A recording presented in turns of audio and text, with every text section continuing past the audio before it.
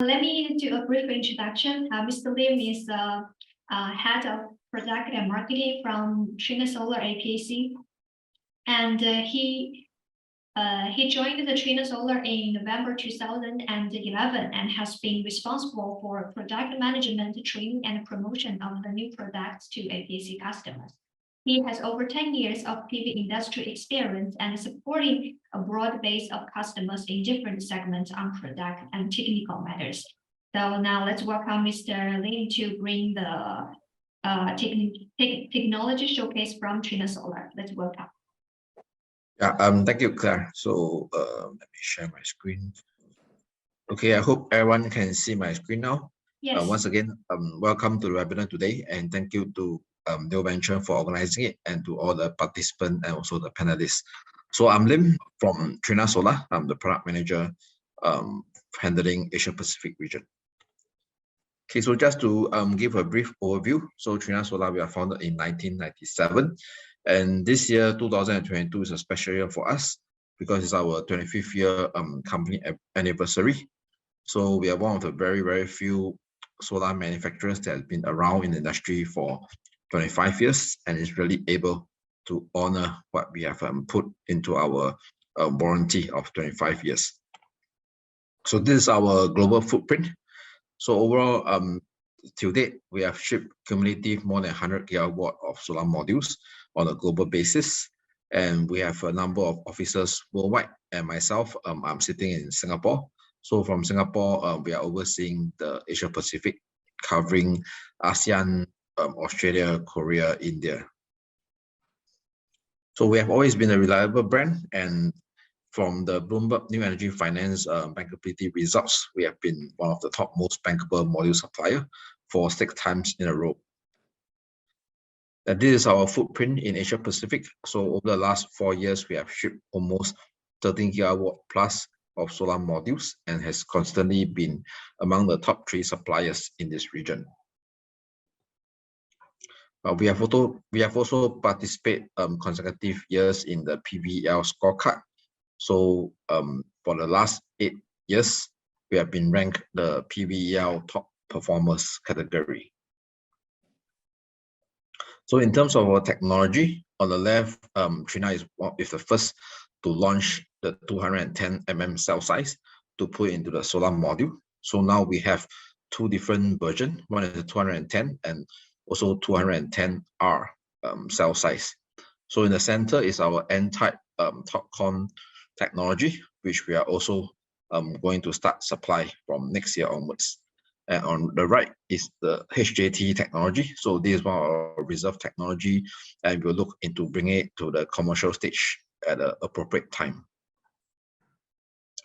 So as the topic mentioned, how can we use solar modules to lower the LCOE?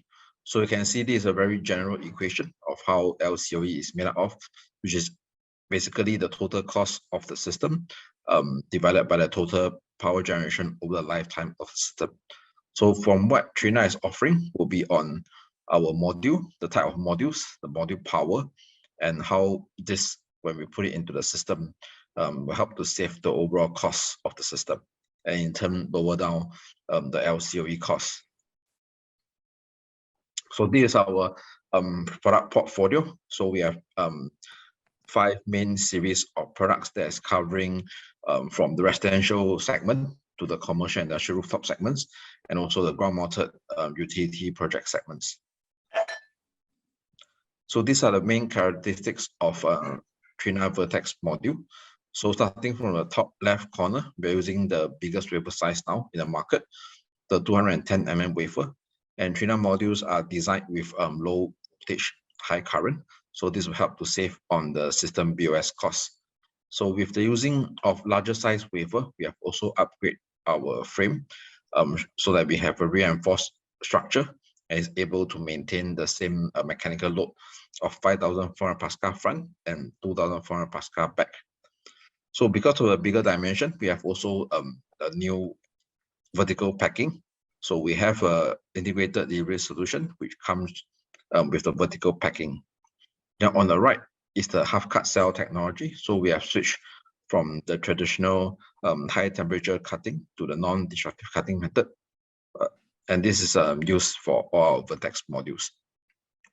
So also for the high density interconnect, so this is to minimize the gap between each solar cell, and this will help to increase the module efficiency by about 0.2 to 0.3%. So similarly, with a larger wafer size, we have also used multi-busbar technology. So it's a range of a 9 busbar to 12 busbar for our P-type module. So what is the G12R cell? Basically, this is an innovative rectangular wafer. So you can see the conventional M10 is a 182 by 182, and G12 is 210 by 210. So the G12R is using both. The length is 210 and the width is 182. So when you put it into the module level, you will see now we have almost standardized the width of the module to about 1134, and then only the length will differ. So currently the length of each module will range between 2.2 to 2.4 meters. So this is D19R. So this is using our rectangular cell. So it's one of our latest product that we have launched, and it's specifically targeted for the CNI rooftops. So you can see the voltage is still low, below the 50 volts.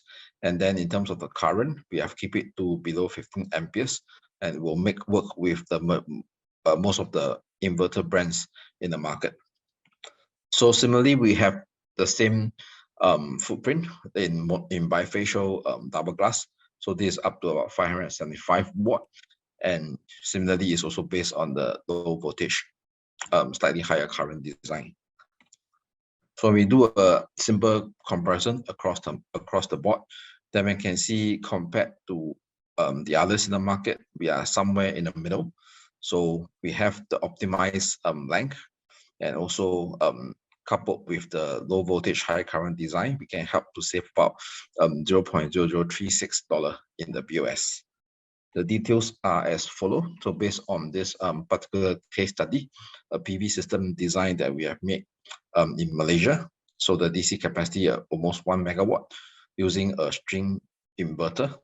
So you can see on the right table, based on a 100 kilowatt inverter, we can connect about 20 modules per string, which is about 2 pieces higher compared to the others. So this will give us a higher string power, and we can see the total number of strings needed in the system is less, and the number of modules used are also less. So in terms of the BOS comparison, we can see because of the low voltage high current design, we are able to save costs from the connectors, the PV cables, the grounding cables, some of the cable trays, and all these will eventually add up to give us BOS savings as compared to the others. So next, I also like to introduce our TOPCon technology.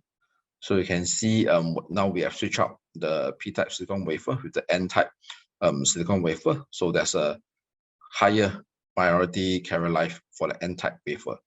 There's also no boron oxygen composite pairing. So this will give us a lower derogation for the N-type cell. So based on 39 years of research experience, and our N-type has been supplied before in the China Top Runner project.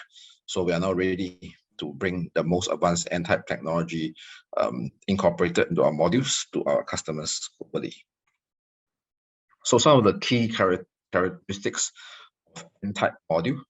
So you can see starting from the top left corner, for the N compared to the P, the module power will increase by about 10 to 15 watt, and module efficiency will be additional about 0.5%. Then because of the lower derogation of N-type, so overall the lifetime of the system or lifetime of the panel, we will see a higher power generation coming out from the N-type module. And coupled with our dual glass technology, so we are also giving a longer 30 years warranty, and it's also highly reliable for all the different scenarios. And similarly, we also put it we are also using the 210 rectangular wafer together with the multi-bus bar technology, the non-diffractive cutting technology. And it also has a higher bifaciality compared to the P-type. So it's 80% versus the 70%. So this is our bifacial double glass N-type module, NEG19RC. So you can see from here, maximum power is up to about 590 watt. And then we are still keeping the current below the 15 amps, which will make it compatible with most inverters in the market. And it's in the double glass platform. So dimension is the same as the P-type. So it's 2.384 by 1.134, and the weight is about 33.4 kilos. So we also compare with other N-types in the market. So once again, we are also somewhere in the middle, closing in on a 600 watt power bin, but this is also using our low voltage design. So one point to note here is that in terms of packaging for this particular model, we are still able to use the conventional horizontal packing to stack, so we can put about 720 pieces of module in a 40-foot container. So when you compare across the board, we actually have a higher power per container compared to the others, about a 6.4% higher than the baseline of the 182P 72 cell. So I think this will also help to save on the logistic costs should we see another increase in the overall logistic cost again. So as mentioned, the N-type also has a lower temperature coefficient, minus 0.3 versus the minus 0.34 for P-type. And this will translate to about additional 1% power generation under the same working temperature. So it's very suitable to be used for climates with high temperature. So example, so in our region itself, we do have many countries that will have this higher working environment temperature. So similarly, when we look at it from the backside generation, because of the higher bifaciality, so in the different scenarios, the glass, the sand, the white surface, we do see about a 3% to 5% additional power generation from the backside of the bifacial module. Now, of course, we also have a better power warranty because of a lower derogation. So you can see here on the first year derogation is 1%, and then the annual derogation is 0.4% compared to the P-type of 0.45%. So all this will add up to about 3% more power generation over 30 years of operation. So we have also done the assessment of the system comparison for the N-type modules versus the other Ns in the market. So as you can see, this on the left is the Trina Vertex N. So we have a lower VOC and we have the most optimized dimension, and also based on the low voltage design. So compared to the 72 cell 182, we have about 20 watt higher power, and we also have a lower VOC. When you put all this into a system design, so this is a case study, a ground-mounted project. Location is Australia. So we use a 4 megawatt standard single array, and it's a central inverter with a 1 portrait tracker. So you can see on the right table, we have the most number of modules per string, 29, and the highest string power, and it's able to fully utilize the tracker configuration. So this will help us to reduce the number of strings in the system and also the number of tracker units. So all this will translate to cost savings. So this is on the electrical system saving costs. So similarly, we will also, because of a less number of strings, we will also be savings on the connectors, the PV cables, the LV cables, and also the cable trench. So when you put it into the dollar, so this you can see on the below graph. Basically, that will be the approximate percentage that we can save for each component of the BOS. So to date, we have shipped more than 30 gigawatt of Trina Vertex modules on a worldwide basis. And by ranking itself, we are also number 2 module supplier. So these are some of the project references that we have already installed and commissioned. So some of the projects in China, rooftops that is using Trina Vertex modules. And these are some projects in the ASEAN region, in Thailand and Singapore. And of course, our Trina Vertex modules can also be used in the ground-mounted projects. This is one example in China, and also in floating projects in Singapore, and also floating projects in Vietnam. Okay, that's all I have today. Thank you. So back to you, Clara. Okay, thank you, Lim. Thank you.